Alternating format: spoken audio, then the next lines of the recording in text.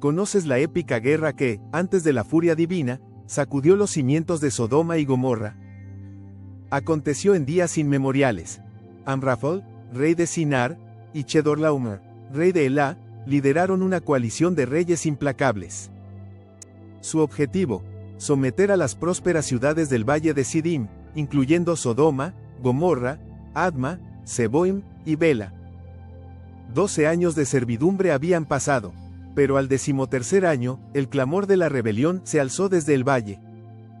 La ira de Chedorlaomer fue desatada. En el 14º año, regresó con sus aliados, una fuerza imparable de venganza. Derrotó a Rafaitas en Ashteroth Karnaim, a Susitas en Ham, y a Emitas en Sheif Kiriataim. El destino de Sodoma pendía de un hilo.